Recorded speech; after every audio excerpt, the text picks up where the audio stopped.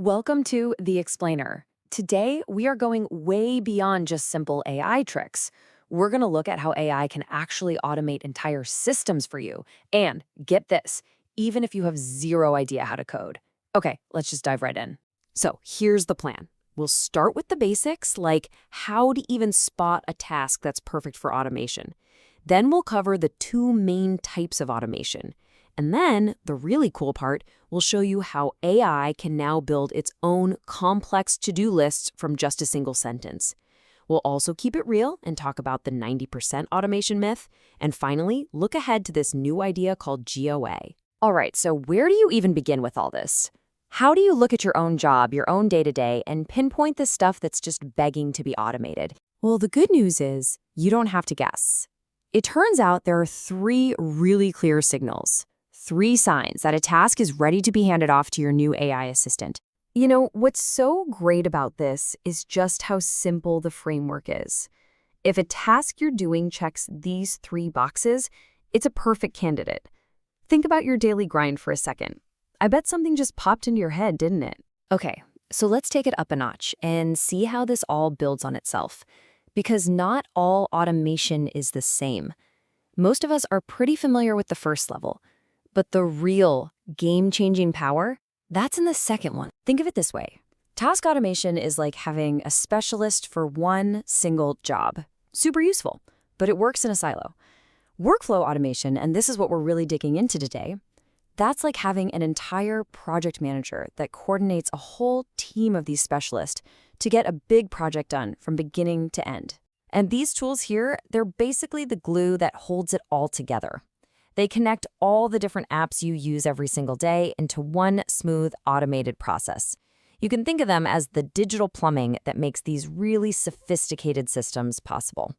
And this is where things get truly wild. I mean, historically, building these workflows, it took some serious technical know-how. It was kind of like coding. But that is all changing, and it's changing fast, right? This has always been the big roadblock. This barrier has kept so many people from tapping into the real power of automation. But what if you could just, ask for a workflow in plain English? This is it. This is the magic. You can now just give an AI a simple prompt, like this one. You're not writing a line of code, you're not dragging and dropping a bunch of confusing boxes around, you're just describing what you want. The AI takes that one sentence and instantly generates all the complicated code needed to build the whole system. This is all the technical heavy lifting, the stuff that used to require an expert, and you don't have to do it anymore. It is literally like having a developer on call, 24/7. I mean, just think about that for a second. This incredibly simple process is a massive leap forward. You just take that file the AI made, you import it into a tool like NN, and the entire multi-step workflow just appears, totally ready to go. And boom, this is what you get. A visual map of your entire process. You've got nodes that search YouTube, you've got an AI that summarizes the content, and another that saves it all nice and neat in a Google Sheet. All of it connected, all of it ready to run automatically day in and day out. Now, this all sounds absolutely incredible, maybe a little too good to be true, so it's really important that we understand the limits here. This is not about replacing people, it's about making them way more powerful. So, experts say for jobs like content creation, yeah, you can get up to 80, maybe 90% efficiency. But that last 10 to 20%, that's you. That's where human creativity, human judgment, and that final polish are absolutely irreplaceable. And here's the crucial point. A task that used to take 6 hours can now take 30 minutes. This doesn't get rid of the writer. It frees them up to produce 12 times more content. Or, maybe more importantly, to spend all that saved time on high-level strategy and actually being creative. Exactly. The goal here is a partnership. AI handles the grunt work, the boring stuff, the data collection, the first draft. You come in and provide the final touch, the unique insight, and that creative spark that makes the work actually great. So, with all this new capability, what does it mean for the future?